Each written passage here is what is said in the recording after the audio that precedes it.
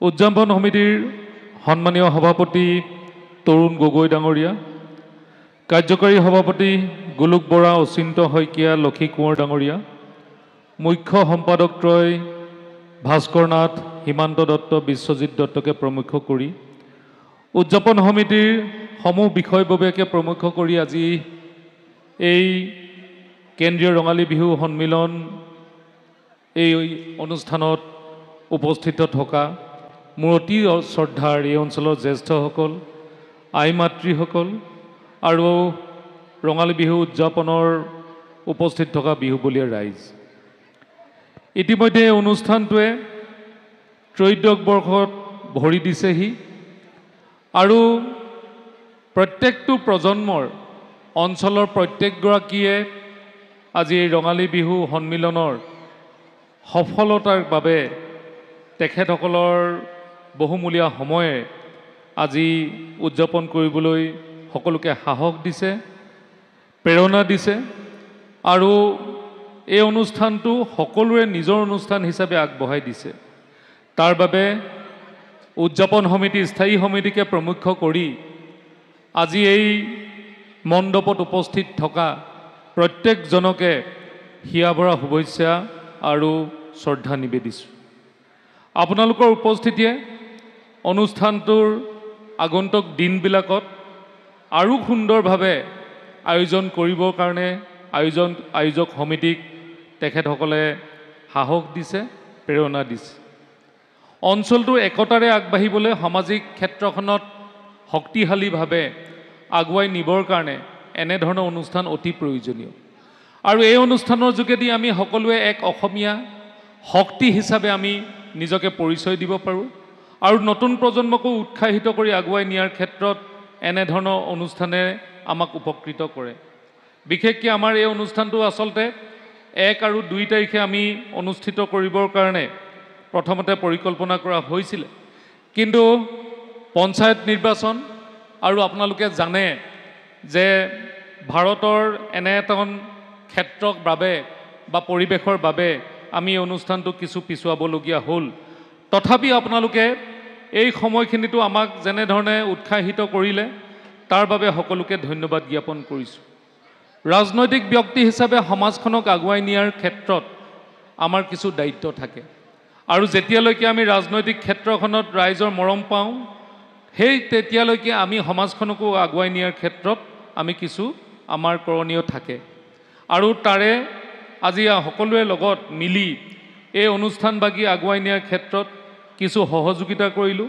আমাৰ এটাই কাম্য যে আমাৰ সমাজখন একতাৰে আগবাঢ়ক, অসমীয়া জাতিটো সকলোৱে মিলি, সকলো ধৰ্ম, জাতি, উপজাতি সকলোৱে মিলি আগবঢ়াৰ এটা পৰিৱেশ লাগিব। আমাৰ অঞ্চলটোত নতুন প্ৰজন্মক আগুৱাই নিয়াৰ এটা পৰিৱেশ আমি তৈয়াৰ কৰিব লাগিব, জ্যেষ্ঠসকলে তাৰ দিক নিৰ্ণয় কৰিব লাগিব আৰু আমি সকলোৱে অঞ্চলটোত অৰ্থনৈতিকভাৱে, সামাজিকভাৱে, শিক্ষাৰ শৈক্ষিকভাৱে কেনেধৰণে আগুৱাই নিব পাৰোঁ তাৰ গোটেই বাটকটি আমি হ'ব লাগিব আৰু সেইকাৰণে আমি পিছত কিছু পৰিকল্পনা কৰিছোঁ, যি পৰিকল্পনাৰ যোগেদি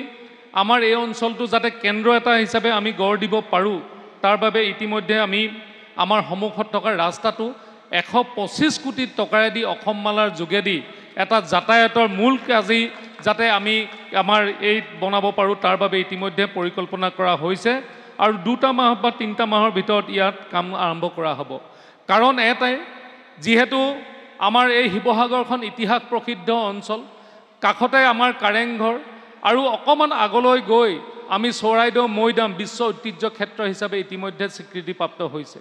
আৰু কাজিৰঙা যিসকল টুৰিষ্টে আমাৰ এই অঞ্চললৈ আহে তেখেতসকলে আকৌ কাজিৰঙালৈ ঘূৰি যায় আৰু পৰৱৰ্তী পৰ্যায়ত তেওঁলোকে গুৱাহাটীলৈ গৈ তেওঁলোকে গন্তব্য স্থানলৈ যায়। আমি আশা কৰিছোঁ এই কাৰেংঘৰ, এই আমাৰ বিশ্ব ঐতিহ্য ক্ষেত্ৰৰ পৰা আৰম্ভ কৰি এই ইতিহাস প্ৰসিদ্ধ অঞ্চলত তেওঁলোকে যাতে আমাৰ পৰ্যটন ক্ষেত্ৰখন আমি যাতে আগবঢ়াই দিব পাৰোঁ, আমাৰ পাঠশাকো আদি অঞ্চলবিলাকক আমি পৰ্যটন ক্ষেত্ৰবিলাকলৈ আজি যাতে পৰ্যবেক্ষিত কৰিব পাৰোঁ আৰু এই ৰাস্তাটোৱেদি যাতে ডিব্ৰুগড় এয়াৰপৰ্টলৈ যাতায়াত কৰিবলৈ 1 ঘণ্টাৰ ভিতৰত তেওঁলোকে যাতে এয়াৰপৰ্ট পাব পাৰে আৰু তেনেধৰণৰ যাতায়াতৰ মাজেদি আমি এই অঞ্চলবিলাকত অৰ্থনৈতিকভাৱে যাতে আগুৱাই নিয়াব পাৰোঁ তাৰ বাবে ইতিমধ্যে পৰিকল্পনা কৰিছোঁ কাৰণ আমি দায়িত্ব থকালৈকে এই পৰিকল্পনায়েদি অঞ্চলবিলাকৰ উন্নয়নৰ ক্ষেত্ৰত যদি আমি কাম কৰি যাওঁ আমাৰ পিছৰ প্ৰজন্মই যেতিয়া ৰাজনৈতিক দায়িত্ব ল'ব সেইসকলে কাম কৰাৰ ক্ষেত্ৰত কিছু তেখেতসকলৰ অসুবিধা নহ'ব আৰু তাৰ পৰৱৰ্তী পৰ্যায়ত আমাৰ অঞ্চলটোত আৰু আগুৱাই নিয়াৰ ক্ষেত্ৰত আমাৰ পৰৱৰ্তী পৰ্যায়ৰ ৰাজনৈতিক দায়িত্বত পোৱাসকলে কাম কৰিবলৈ সৌভাগ্যৱান হ'ব মই বিশেষ নকওঁ আকৌ এই কেন্দ্ৰীয় ৰঙালী বিহু সন্মিলনৰ আৰু অনাগত অহা বছৰটোত যাতে আৰু সুন্দৰভাৱে আমি অনুষ্ঠিত কৰিব পাৰোঁ তাৰ বাবে উদযাপন সমিতিৰ লগত লগ লাগি আমি কাম কৰিম আমি দেখিছোঁ যথেষ্ট সংখ্যক মহিলা এতিয়াও থিয় হৈ থাকিবলগীয়া হৈছে যিমান চকী দিলেও কম হ'ব তথাপি আপোনালোকৰ যি সঁহাৰি এই সঁহাৰিয়ে নিশ্চিতভাৱে অহা বছৰৰ ৰঙালী বিহু সন্মিলনখন অনুষ্ঠিত আৰু সুন্দৰভাৱে কৰাৰ ক্ষেত্ৰত আমাক আজি উদগনি যোগাইছে আৰু আপোনালোকৰ আশীৰ্বাদ আৰু শুভেচ্ছা আমি বিচাৰিছোঁ আৰু সকলোৱে যাতে এই বছৰটো ভালেৰে যায় সকলোৱে যাতে আমাৰ নতুন প্ৰজন্মৰ যিসকল ল'ৰা ছোৱালী আছে শিক্ষাৰ ক্ষেত্ৰত যাতে তেখেতসকলে আগবাঢ়ি যায় সমাজখন যাতে আমি শক্তিশালীভাৱে আগুৱাই নিব পাৰোঁ সকলোৱে তাৰ দায়িত্ব লৈ এইখিনিয়ে আশা কৰি আজি মোক আজি দায়িত্ব দিলে এই সাংস্কৃতিক সন্ধিয়াটি উদ্বোধন কৰিবৰ কাৰণে সেই সাংস্কৃতিক সন্ধিয়া আজি উদ্বোধন কৰিবলৈ বুলি ঘোষণা কৰি সকলোলৈ পুনৰ মোৰ শুভেচ্ছা আৰু সেৱা জনাই মই মোৰ দুআষাৰ ইমানতে সামৰণি মাৰিছোঁ নমস্কাৰ